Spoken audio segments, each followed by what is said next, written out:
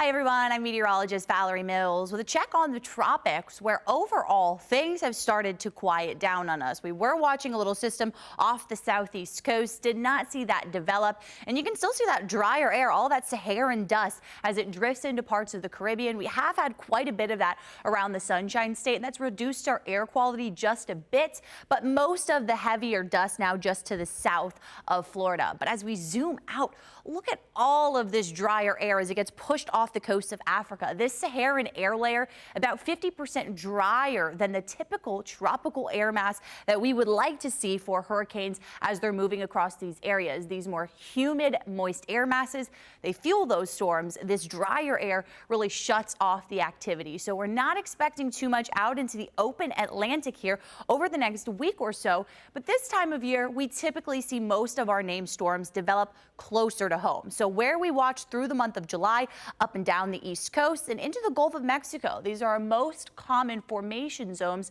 for named storms. So we'll continue to watch these areas as well as out into the Atlantic, as we already saw Hurricane Beryl develop in an area that we would not typically be watching this early in the season.